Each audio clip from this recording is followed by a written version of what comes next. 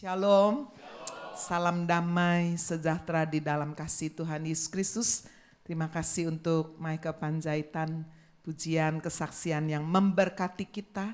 Jam 10 nanti Maika akan melayani di HFC Rungkut. Dan saya mengundang semua saudara kalau bisa hadir. Ada ibadah perdana saudara, disebut ibadah kontemporer. Semua boleh hadir karena ini ibadah umum. Tetapi saudara dengan satu format yang berbeda, lebih santai, casual ya. Nah, lebih banyak pujian penyembahannya. Jam 2 nanti di Landmark ya. Jadi saudara bisa makan siang, jalan-jalan dulu, jam 2 ada di Landmark nanti. Dan satu kali lagi nanti melayani jam 4:30 ya di Landmark juga. Baik Bapak Ibu Saudara sekalian, apakah ada yang baru pertama kali hadir hari ini? Kalau ada boleh angkat tangannya. Ada yang baru pertama? Semua udah pernah? Puji Tuhan. Saya berharap Bapak Ibu kalau diberkati, jangan menyimpan berkat itu untuk sendiri. Ajak teman-teman, sahabat kita, keluarga kita, untuk kita juga boleh diberkati. Melalui hadirat Tuhan, pujian, dan juga firman Tuhan. Bapak Ibu Saudara sekalian, Gereja Happy Family setiap bulan memiliki subtema yang baru untuk boleh mengarahkan khotbah-khotbah yang diterima.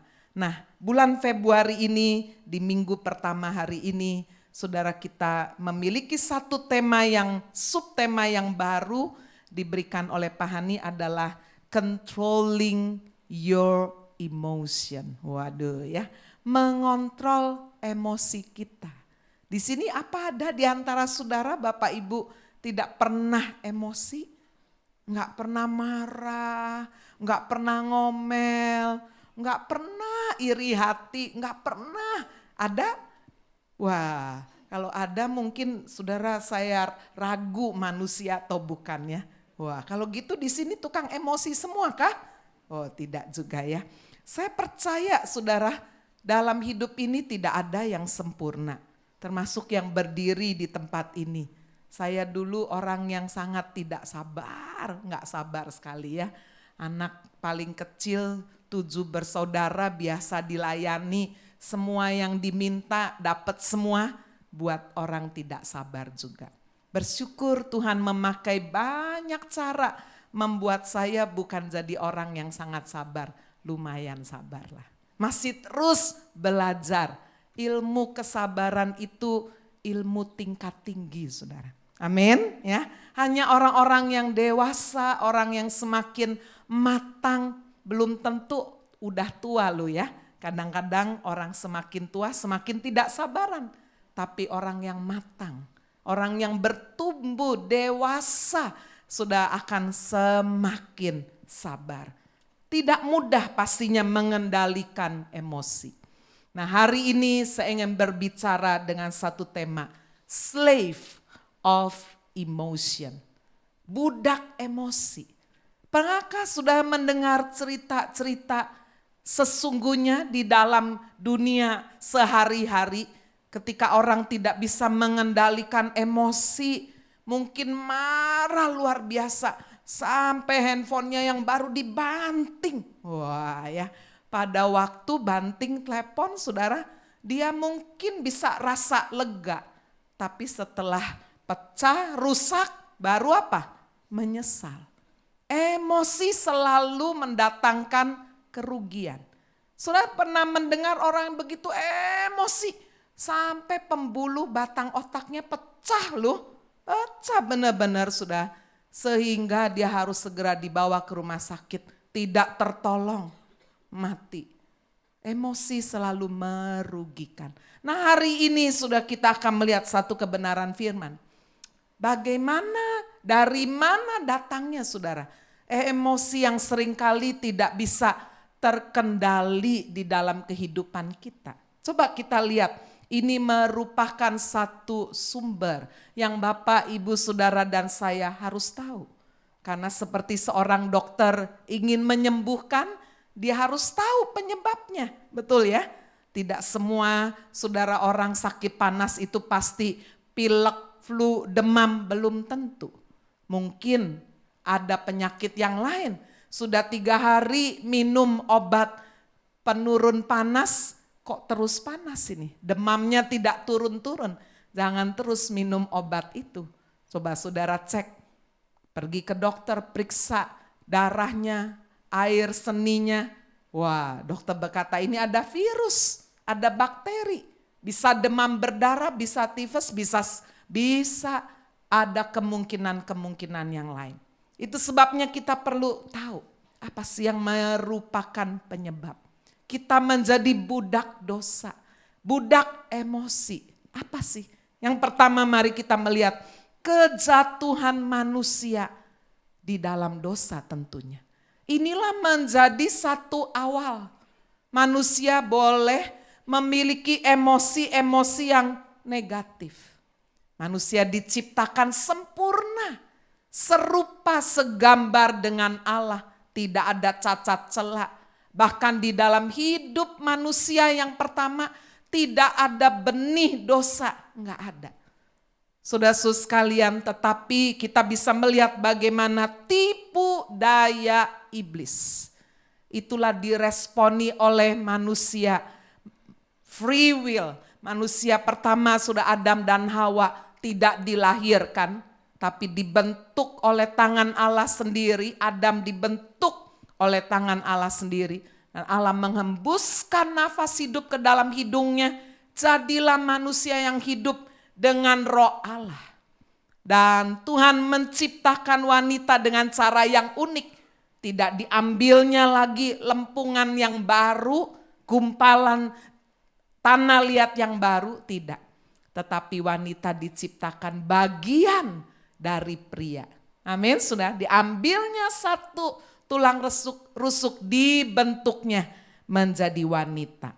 Sudah sekalian coba kita melihat asal muasal bagaimana iblis bisa memberdaya, menipu manusia.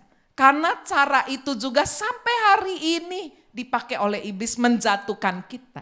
Mari kita melihat yang pertama tipu daya iblis adalah memutarbalikkan kebenaran. Kejadian 3 ayat 1 dikatakan adapun ular, binatang yang paling cerdik dari segala binatang darat yang dijadikan oleh Tuhan Allah. Ular itu berkata, tentu ular ini sudah dirasuki oleh setan ya. Ular itu berkata kepada perempuan, tentulah Allah berfirman, semua pohon dalam taman ini jangan kamu makan buahnya, bukan? Sudah kita bisa melihat bagaimana iblis memutarbalikkan kebenaran. Semua pohon dalam taman yang diciptakan Tuhan gak boleh dimakan kan? Semuanya gak boleh kan? Padahal kalau kita melihat Allah tidak berkata begitu. Kejadian 2 ayat 16 Tuhan berkata semua pohon dalam taman ini buahnya boleh dimakan. Kan diputarbalikkan. Iblis bilang gak boleh semua ya. Padahal Tuhan berkata semuanya boleh tetapi satu saja. Pohon pengetahuan tentang yang baik dan jahat, jangan kamu makan buahnya. Sebab pada hari engkau memakannya, engkau pasti mati. Bapak Ibu Saudara, sampai hari ini iblis pakai cara ini. Memutarbalikkan kebenaran. Kamu jadi Kristen. Kristen itu semua gak boleh ya. Wah gitu ya, nonton gak boleh, berenang gak boleh, wah ya, shopping gak boleh, dilebih-lebihkan. Memutarbalikkan kebenaran. Sudah kita harus jawab, oh boleh. Tapi tidak semua yang boleh itu berguna. Amin saudara.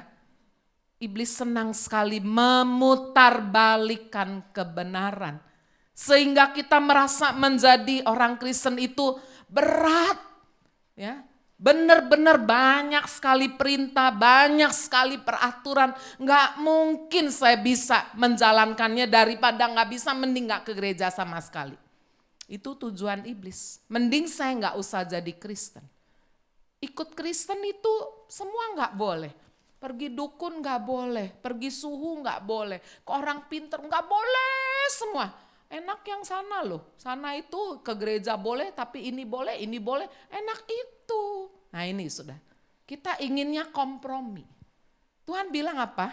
Semua boleh tapi ada hal-hal yang tidak boleh. Karena kalau kamu melakukannya, kamu akan mati. Cara yang kedua, iblis ingin menciptakan kebenaran baru. Pada waktu Hawa menjawab, oh boleh. Tuhan cuma bilang, jangan buah pohon pengetahuan baik dan buruk. Kalau aku memakannya, aku akan mati. Tetapi ular, iblis saudara kasih lagi jurus. Dikatakan di ayat 4 Kejadian 3, ular itu berkata kepada perempuan itu, sekali-kali kamu tidak akan mati. Ciptakan kebenaran baru. Tadi Tuhan sudah bilang apa? Pasti mati. Iblis bilang apa? Enggak akan, sekali-kali tidak akan mati. Tetapi Allah mengetahui bahwa pada waktu kamu memakannya matamu akan terbuka. Kamu akan jadi seperti Tuhan, tahu tentang yang baik, tahu tentang yang jahat. Saudara, bukankah dunia ini juga menawarkan yang sama? Udah, enggak usah terlalu fanatik, enggak usah terlalu ekstrim. Sekali-sekali lah dosa nggak apa-apa. Nggak mungkin masuk neraka, nggak mungkin. Allah itu kasih. Nggak mungkin, bahkan sampai keterusan saudara. Karena prinsip Allah adalah kasih. Ada berapa banyak pengajaran Kristen yang liberal berkata apa? Nggak ada neraka. Karena Allah adalah kasih, nggak cocok sama karakter yang penuh kasih itu. Kok ciptakan neraka, lautan api yang menyala-nyala, kegelapan yang sangat gelap, ulat yang gak mati. Waduh, gak mungkin. Nah ini. Lalu manusia, saudara, menerima satu kebenaran yang baru. No hell, gak ada neraka. Itu cuma untuk menakut-nakuti anak kecil aja. Wah ya. Alkitab itu fiksi aja gitu kan ya. Itu waduh cuma legenda aja, cerita aja. Jadi saudara-saudara sekalian membuat satu kebenaran yang baru. Inilah cara iblis sampai hari ini. Menganggap saudara orang yang percaya Alkitab itu orang bodoh. Orang yang tolol, orang yang hidup di dalam kekudusan itu adalah orang yang benar-benar menyiksa diri. Kalau saudara lihat bagaimana ilmu pengetahuan psikologi, nggak apa-apa, jangan ditahan-tahan. Ya. Kalau kamu tahan-tahan melakukan mencegah hasrat yang ada di dalam dirimu, nanti kamu sakit. Gitu saudara.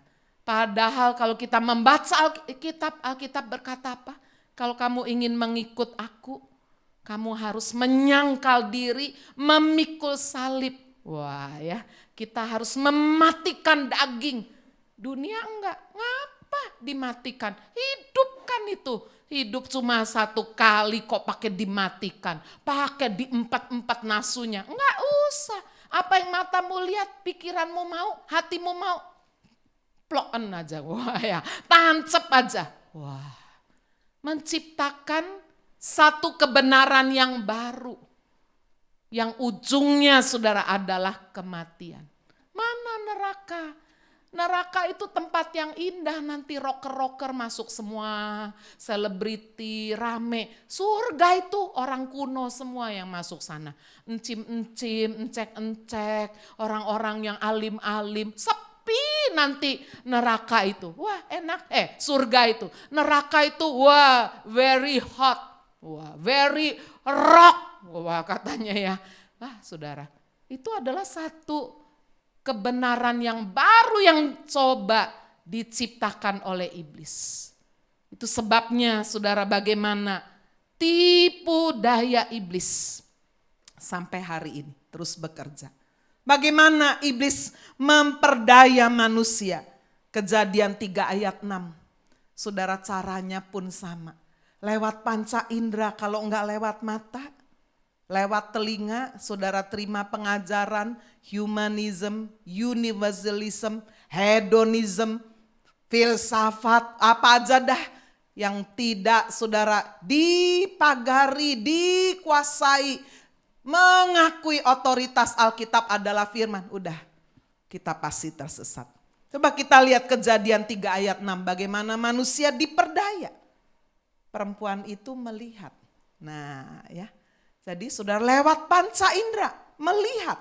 Setelah melihat dikatakan turun ke hati. Bahwa buah pohon itu baik untuk dimakan dan sedap kelihatannya. Wanita-wanita kalau lihat sesuatu, lihat dulu, bagus ya. Setelah bagus dia taruh di mana? Di hati, taruh di mana lagi? Di pikiran. Ya. Dikatakan pohon itu menarik hati dan memberi pengertian. Saudara, apa yang saudara lihat? Apa yang saudara dengar? Apa yang saudara cicipi? Saudara rasa? Apa yang saudara cium? Saudara itu masuk ke hati, masuk ke pikiran. Kasih sinyal. Lalu disitulah akan mengambil satu keputusan. Saudara harus bertindak. Saudara mau beli atau tidak. Gitu kan? Aduh bagus ya. Dasinya merah ya. Tapi merahnya lain loh. Suami saya itu warna favoritnya merah. Saya ini gak senang mestinya warna yang jreng. Saya itu suka warna yang kalem-kalem. Tapi berhubung suami istri menikah, 2 daging jadi 1. Jadi saya yang tadinya gak suka yang jreng merah. Ya udahlah demi menyenangkan suami. Pakai juga. Saudara kalau beli dasi sudah dipastikan merah. Kaos merah. Sampai bosen sudah. Kalau beresin itu mau pergi keluar kota. Pasti saudara ada kaos merah. Paling sedikit 2, 3. Ya, saudara mau tahu kaos merahnya? Waduh, lebihlah dari 10. Merah. Wah ya, itu warna favorit. Begitu lihat merah, merahnes. Saya udah gak usah tanya, kalau ada merah sama biru tidak usah tanya. Bagus mana Han? Gak usah tanya. Sebab pasti sudah tahu bagus mana? Merah. Nah, mata lihat, lalu kemudian masuk ke pikiran, masuk ke hati. Belilah Nes, aduh Han, dasi merah itu aduh banyak. Ini lain lu, merahnya beda lu. Ya wis lah karepmu. Wah ya. Jadi saudara mata lihat, menarik hati, masuk pikiran, ambil keputusan. Beli apa enggak? Ambil apa enggak? Gitu kan. Nah itu juga yang dilakukan oleh Daud kan. Dia lihat Batsyeba, lihatnya enggak salah. Tapi setelah lihat lagi. Nah setelah lihat lagi apa? Masuk pikiran, masuk hati, enggak bisa tidur. Masuk kamar, aduh cantiknya, aduh seksinya. Nah disitulah dia harus mengambil keputusan. Firman Tuhan di dalam Yakobus dikatakan dosa itu memikat. Betul saudara? Keinginan itu memikat. Dan inilah yang terjadi setelah perempuan itu melihat pohon itu baik untuk dimakan, sedap kelihatannya. Udah artinya dibayang-bayangkan. Berapa banyak ibu-ibu setelah jalan-jalan ke Pasar Atom, ke TP, Galaxy Mall. Ya, saudara niatnya cuma jalan-jalan, window shopping. Window shopping itu artinya cuma ngeliatin lewat etalase. Tapi sampai rumah gak bisa tidur, Pak. Tadi bagus loh, aku belum punya loh. Nanti Papa kan gajiannya udah ini mau masuk akhir bulan ini. Udah nanti aja bulan depan. Ya, sampai malam belum tidur loh. Coel lagi, Pak diskon loh. Nanti bulan depan sudah gak ada diskon. Nanti bulan depan kita ada kebutuhan hidup lagi. Aduh mah, bajunya udah tutup tokonya. Mama pikirannya masih jalan terus. Nah ini perempuan ini, ya. Sebelum dipenuhi ngeroeng terus. Besok minum kopi, Pak, ya Papa, bajunya Pak. Waduh. Ya. Kalau enggak gimana Simpson jatuh coba. Simpson orang yang begitu hebat kan? Jatuh sudah karena apa? Rengekan wanita. Salomo jatuh penuh dengan hikmat, wanita juga kan. Jadi saudara di sini wanita-wanita, saya juga wanita, Hawa juga wanita. Dosanya mulainya sama. Makanya kalau saudara tahu bahwa nggak gampang ya untuk bisa mengontrol emosi, untuk beli. Kalau duitnya lagi ngepres, udah nggak usah jalan-jalan, nggak usah ya, nggak usah ke mall. Nah, nanti larinya makan lagi Bu, waduh salah lagi ya. Jadi saudara kita bisa lihat di sini. Tindakan lalu dikatakan dia mengambil dari buahnya, dimakannya, diberikan juga kepada suaminya. Nah ini, dosa itu punya satu sifat saudara, transferable. Ya. Dia itu mau ditransferkan, dia nggak mau cuma sendiri. Saudara lihat kenapa virus AIDS itu gampang sekali menyebar. Transferable. Saudara pernah melihat orang yang melambai, ngeband, ya, ngebencong maksudnya. Di mana aja sudah, saya pergi ke Bangkok, saya pergi Singapura, saya ke Amerika, ke Jepang, ke Hong Kong, ke Jawa Timur, desa. Kok modelnya podo kabeh? Apa harus di training dulu? Orang kalau ngeband itu harus begini? Enggak. Saudara itu satu spirit, transferable. Betul saudara? Itu sebabnya kenapa firman Tuhan berkata, pergaulan yang buruk akan merusak kebiasaan sebaik apapun, rusak saudara. Saudara-saudara sekalian, Hawa mempengaruhi suaminya, transfer. Buah itu dia nggak cuma makan sendiri. Dosa itu tidak hanya dicicipi sendiri. Dia bagikan untuk suaminya. Genap sudah. Saudara sekalian, suami istri jatuh di dalam dosa. Nah sekarang kita melihat ketika manusia jatuh. Apa yang tiba-tiba terjadi saudara? Tidak tunggu besok, nanti minggu depan, tidak. Mereka memang tidak langsung mati secara jasmani. Tetapi kematian secara rohani. Mereka tidak bisa lagi berhubungan dengan Tuhan. Tidak lagi bisa berkomunikasi. Mereka merasakan aduh kami telanjangnya. Mereka bersembunyi dari Tuhan. Saudara ini adalah dampak kejatuhan manusia di dalam dosa. Kejadian 3 ayat 8 berkata ketika mereka mendengar bunyi langkah Tuhan Allah. Yang berjalan-jalan dalam taman itu pada waktu hari sejuk.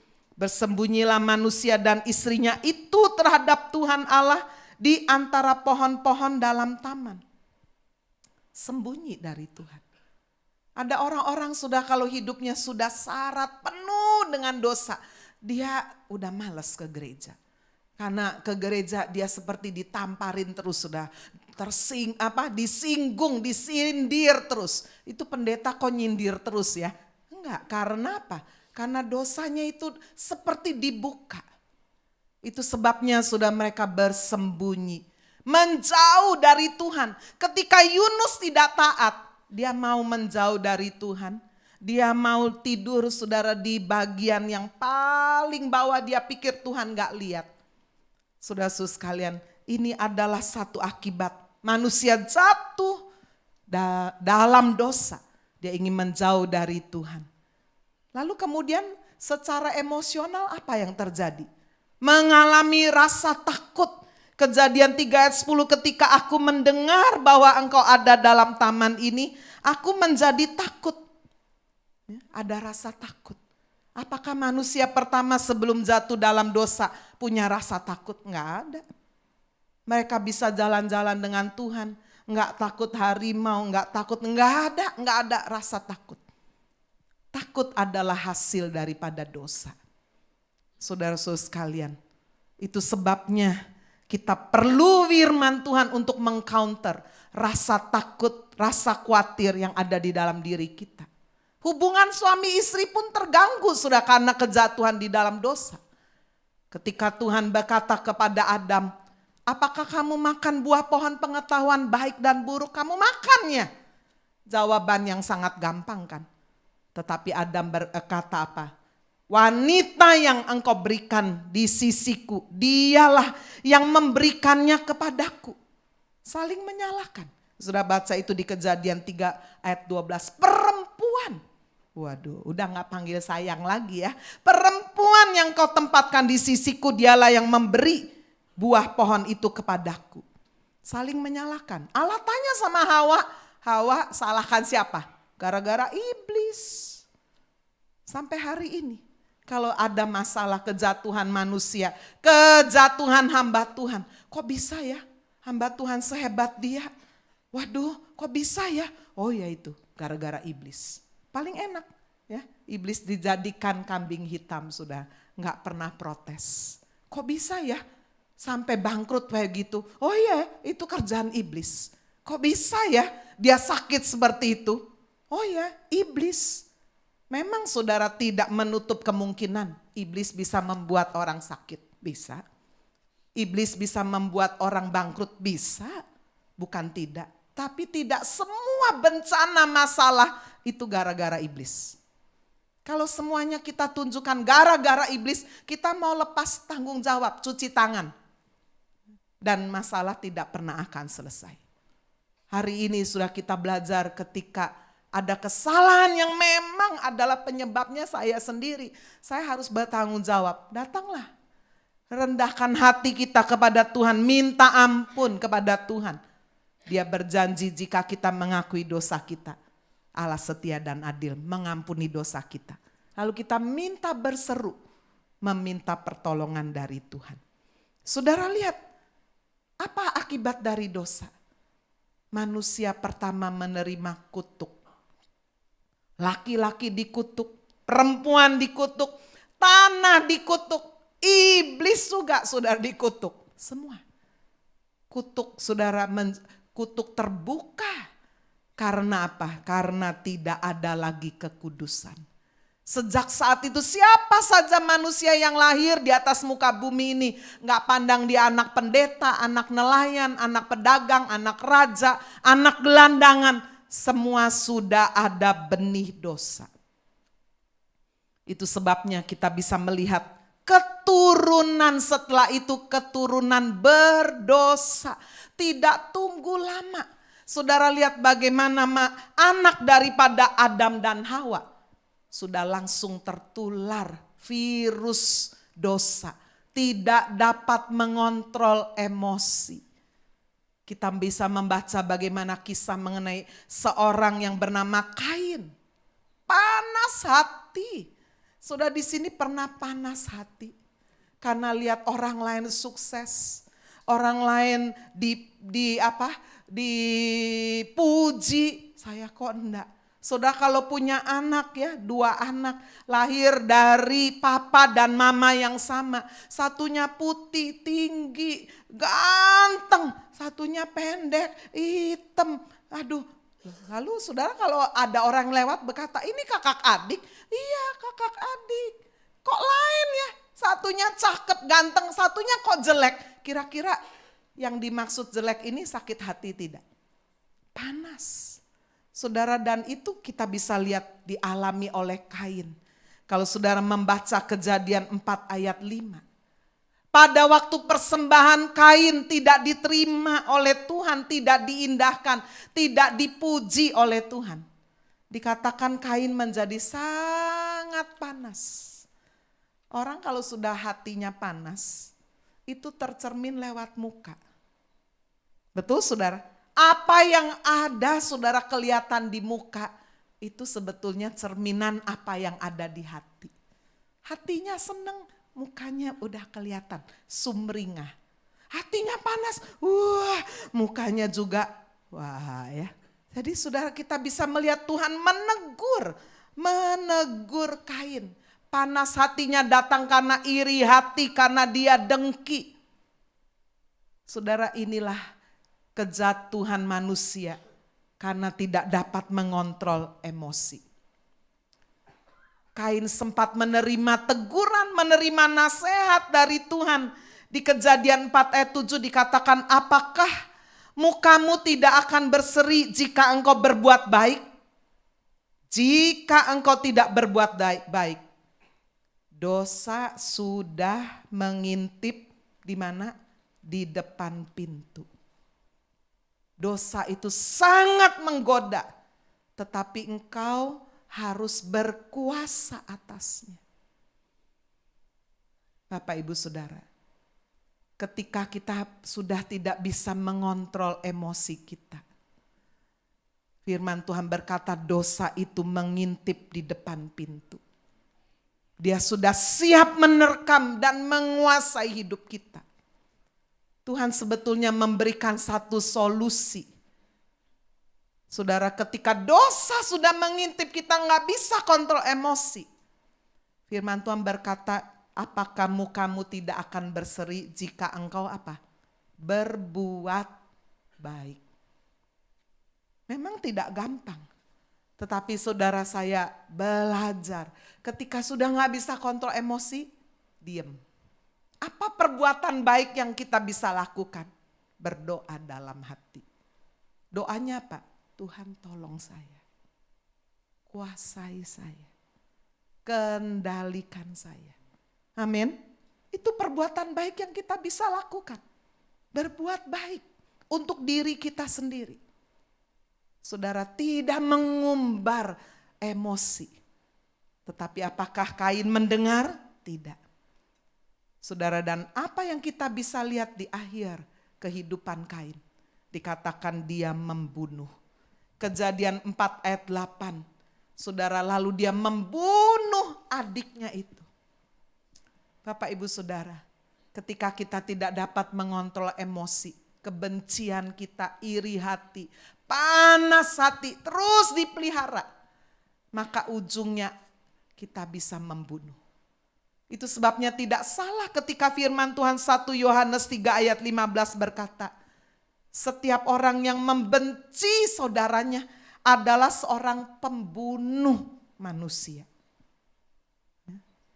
Saya pernah melayani seorang hamba Tuhan wanita, lulusan sekolah Alkitab.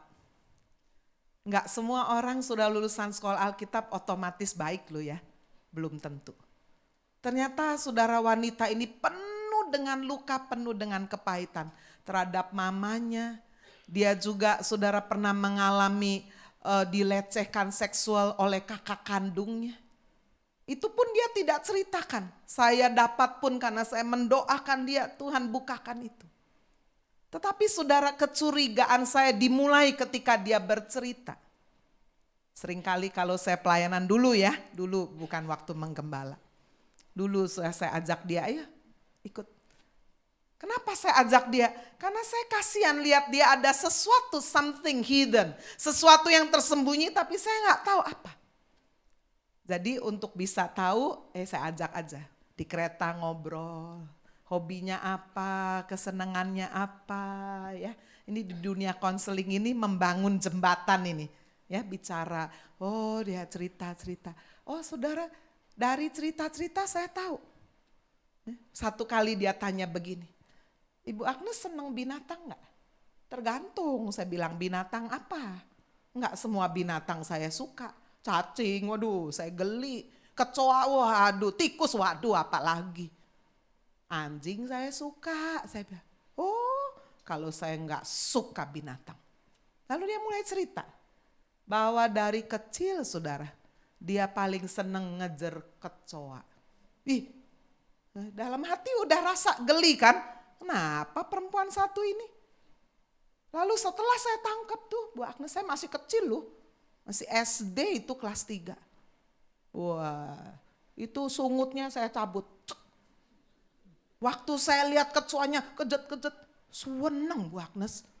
Wah ini gak normal ini. Saya ambil itu, jarum tak tusuk matanya. Wih, ini gak punya peri kebinatangan ini. Kakinya tak poteli satu-satu. Waduh, kejem ya, kelas 3 SD loh. Soalnya di sini ada punya anak suka menganiaya binatang. Itu satu simptom. Saya cuma tanda tanya aja. Waktu saya lebih besar enggak ngejeri kecoa lagi. Kejar tikus, hah? Iya, tikus. Saya beli perangkap, udah dapet tikusnya, tak pegang buntutnya, tak masukin celupin air panas. Kejet-kejet, seneng Bu Agnes. Gila ini orang. Bulunya saya cabutin satu-satu. Waduh. Saudara ini dia gak bisa bunuh orang. Bunuh apa? Bunuh binatang. Saudara, orang yang pernah mengalami panas hati, kebencian, kedengkian. Firman Tuhan berkata dia seorang pembunuh. Cuma tunggu tanggal mainnya aja, bunuh orang belum bisa, bunuh binatang. Atau apa? Saya juga pernah punya teman kos. Itu kalau marah, saudara dia pukuli dirinya sendiri, jedur-jedurin. Bah, aduh kita jangan. Dia pukuli. Masuk ke kamar, saudara dia mau bunuh diri. Membunuh dirinya sendiri sama. Ada kepahitan, luka-luka yang tidak selesai. Sampai akhirnya saudara yang ini bisa saya layani. Karena Tuhan bukakan itu. Kamu pernah alami pelecehan. Wah dia nangis. Sudah ketika dendamnya, kebenciannya diselesaikan. Tuhan juga melakukan satu pemulihan. Amin.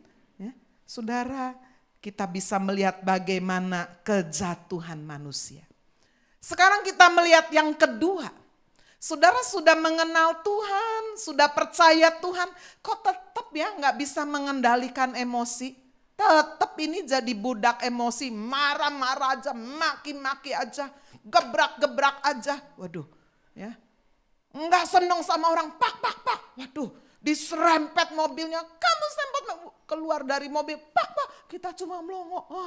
Kok ada orang kayak begini ya? Wah, kenapa sudah? Jawaban yang kedua, keduniawian. Ya, keduniawian. Manusia duniawi kata firman Tuhan. Coba kita melihat di dalam 1 Korintus 3 ayat 1. Dan aku saudara-saudara pada waktu itu tidak dapat berbicara dengan kamu seperti dengan manusia rohani, tapi dengan manusia duniawi yang belum dewasa dalam Kristus. Nah ini,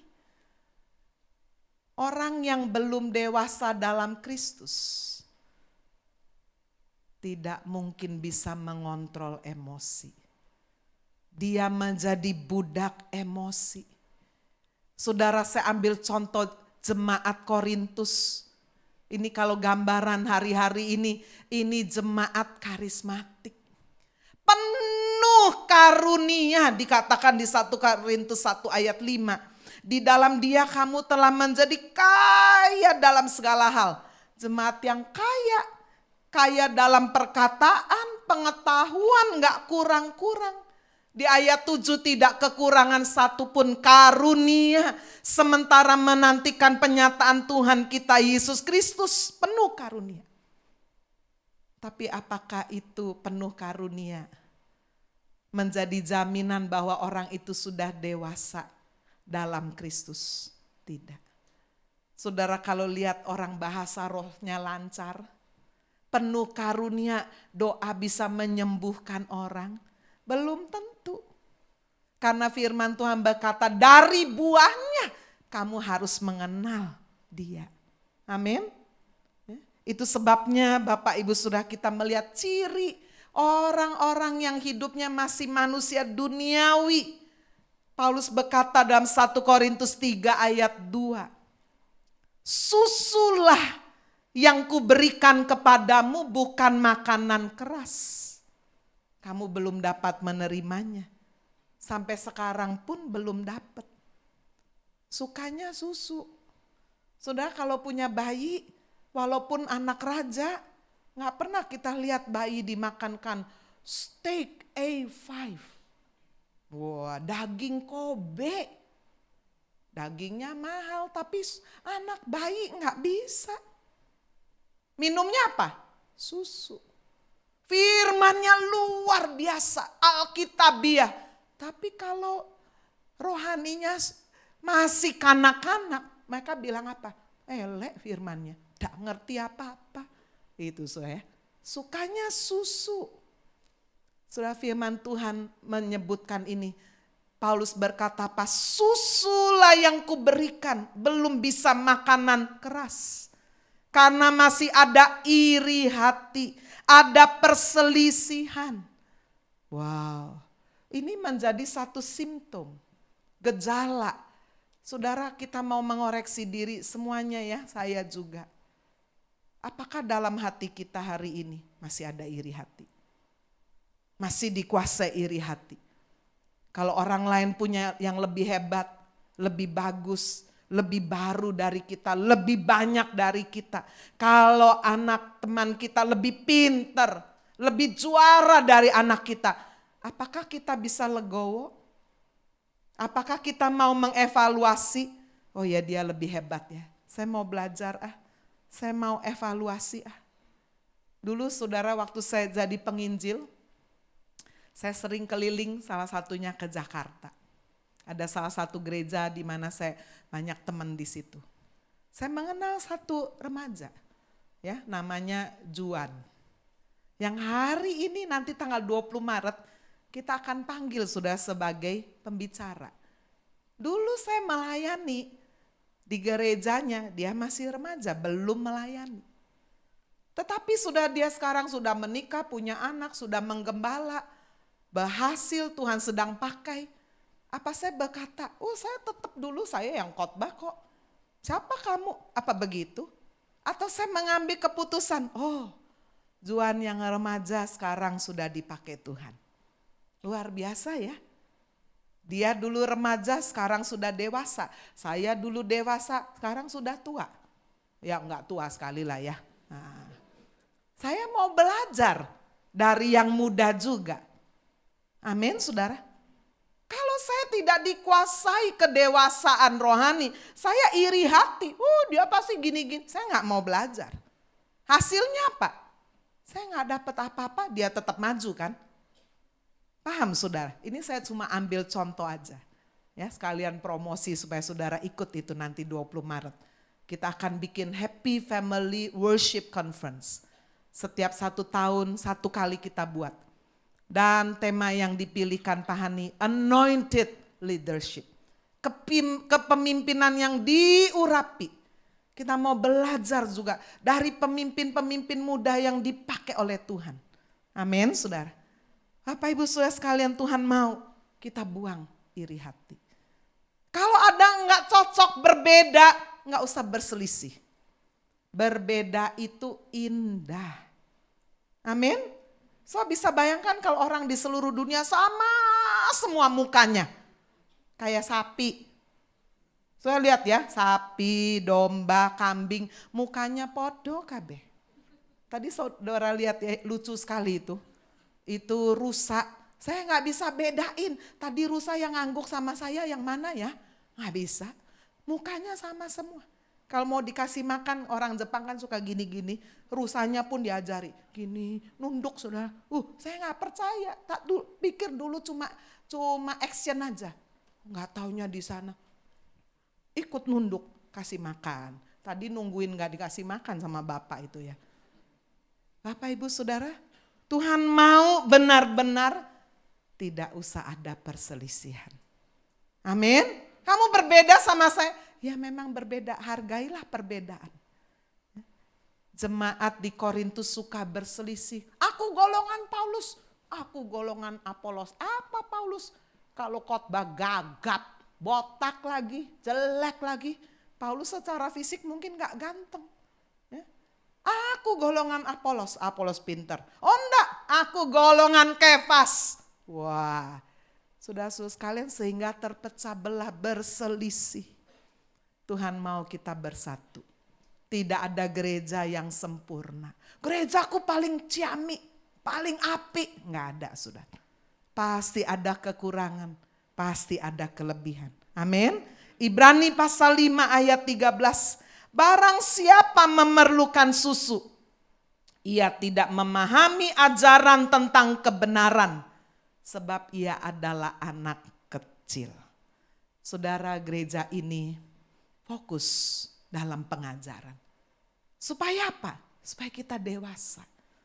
Ketika kita dewasa secara rohani, kita akan dimampukan mengendalikan emosi.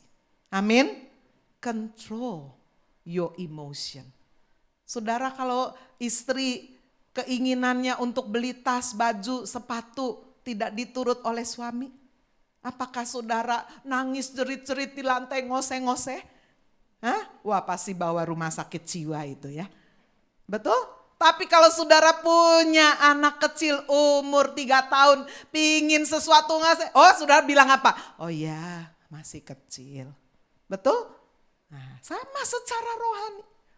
Ketika ada sesuatu yang saudara inginkan tidak tercapai, apakah perilaku saudara seperti anak kecil? Firman Tuhan bagian yang terakhir. Makanan keras, Ibrani 5:14. Tetapi makanan keras adalah untuk orang dewasa yang karena mempunyai panca indera yang terlatih bisa membedakan yang baik dan yang jahat. Iri hati gak baik, bohong gak baik, marah-marah, maki-maki orang gak baik, ya, gosip gak baik. Sudah bisa membedakan. Kenapa? Karena dewasa. Saudara menjadi standarnya bukan lagi bayi, bukan lagi anak, tapi Yesus katakan murid. Ya, Yohanes 8:31. Maka kata Yesus kepada orang Yahudi yang percaya kepadanya, jikalau kamu tetap dalam firman-Ku, kamu benar-benar adalah apa? Murid. Inilah tujuan saudara terima pengajaran. Menjadi murid, tidak hanya jadi follower, bukan hanya jadi pengikut, disciple. Murid mau didisiplin, murid senang belajar, senang. Supaya apa? Supaya kita dewasa. Supaya penuh dengan kebenaran. Kebenaran itu tetap di dalam kita. Dan ayat 32 firman Tuhan berkata, kamu akan tahu kebenaran. The truth shall set you free. Kebenaran itulah yang akan memerdekakan kita. Kebenaran itulah yang akan menolong kita mengontrol emosi. Ada firman Tuhan menguasai kita. Ada Roh Kudus mengendalikan hidup kita. Sehingga kita tidak seperti anak-anak kecil secara rohani. Kita dewasa, kita bertumbuh. Kita tidak menjadi budak emosi, tapi kita menjadi alat kemuliaan Tuhan. Amin. Tuhan Yesus memberkati kita semua.